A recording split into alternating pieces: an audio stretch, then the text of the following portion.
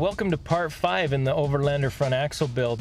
We're wrapping up the axle build in this video, so I'll take you through a few of the little odds and ends that I needed to do to finish up this build, and we'll talk a little bit about it in the end of the video.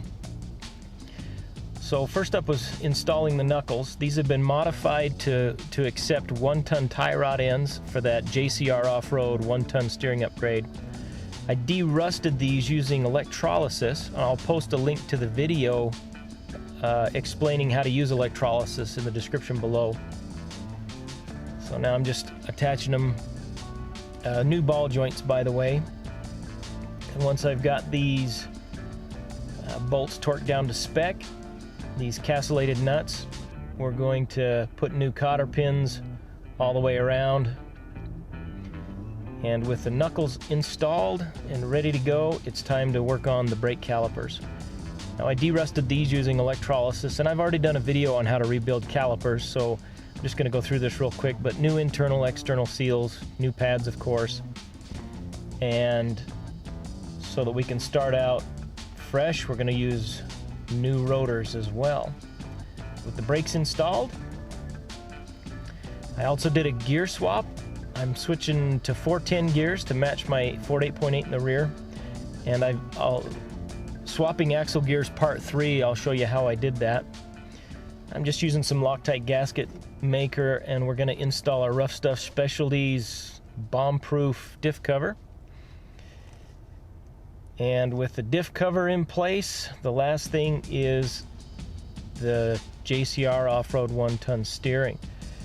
Now, because of the added thickness of this beefier steering arm and that thicker differential cover, I had just a little bit of an interference problem. It's not too big of a deal. I just need to adjust the bump stops here so that the steering arm does not contact the front of that diff cover.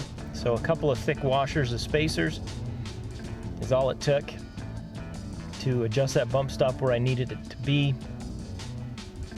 And the steering arm doesn't have to clear the diff cover by much, which you'll see here. It clears it, not by much, but it doesn't need to clear it by much, just enough. The last thing was a quick tape measure alignment, just to get me in the ballpark. I'll have it professionally lined when the project's done, and that is it.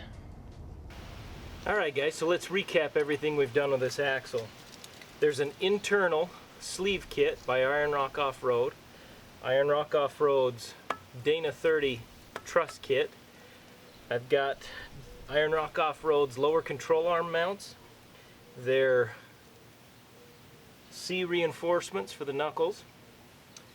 I've, let's see, JCR Off-Road's 1-ton steering upgrade. Rough Stuff Specialties completely indestructible bomb-proof diff cover. New brake hats, completely rebuilt the calipers, new brake pads. Iron Rock Off-Road's almost alloy kit on the shafts. All new seals. The extra external seals from the outside of the axle shafts, those aftermarket seals. New internal seals. New gears, new bearings, all new, completely rebuilt the differential. New ball joints. That pretty much covers it. Now, some things I did not do. I did not go with like the RCV, the constant velocity shafts. The reason being, I do not want my ring and pinion to be the fuse in this system. Meaning, if something breaks, I don't want it to be the ring and pinion. I want it to be an axle shaft. So I've gone with stock axle shafts with just that Iron Rock Off-Road almost alloy kit upgrade to keep the U-joints alive. It's much easier to repair or replace an axle shaft on the trail than it is to rebuild a differential on the trail. So I don't want my gears to be my fuse. I'd rather snap an axle shaft. That's an easy trail repair. The second thing, I do not have a locker in here. Now that's because of a couple of reasons. One, because I'm poor and I can't afford the one I want. Two, I'm not entirely sure that I'm going to need it given what I intend to use this vehicle for. It was a real eye-opener for me when we went on the Hole in the Rock trip with Matt and Tim. Tim went over 26 miles of some of the roughest terrain imaginable with no front locker, a worn out crappy limited slip in the rear, basically in two-wheel drive, well, literally in two-wheel drive. He couldn't air down his tires, so he had 35 pounds of pressure in his tires, and we strapped him like 3 times was it, in extremely technical rock crawling type terrain. So I'm really not convinced that I need a front locker. If time goes on and I find that I do, well, then it's easy for me to set up the differential again. For you guys, if you're going to pay to re-gear an axle, save up the money and put the locker in at that time so you only pay for that labor one time. Where I re-gear my own axles, it's not really a concern for me. So we're going to try the Overlander for a while with no locker and just see how it goes. If it turns out that I do need something up front, then we'll address that when we get there. So is this the most overbuilt Dana 30 in the history of the world? Maybe. You guys beat me up pretty good in the comments about spending this much effort on a Dana 30. All I got to tell you is, if you don't like the Dana 30, don't build one. I had this on hand. I like the Dana 30, the high pinion Dana 30s. I've had very good luck with them.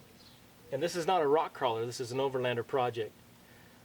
So, yeah, was this a lot of effort on a small axle?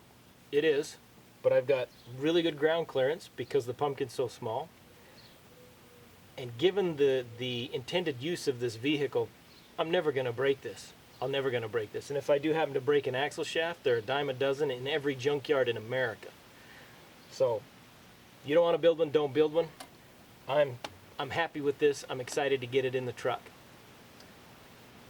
Alright guys, that's it for the front axle swap on Project Overlander. When I get the suspension all squared away, I will show the video of actually installing this in the vehicle, but as far as the build, the axle build is concerned, pretty much done. And it feels really good. So, as always, thanks for watching.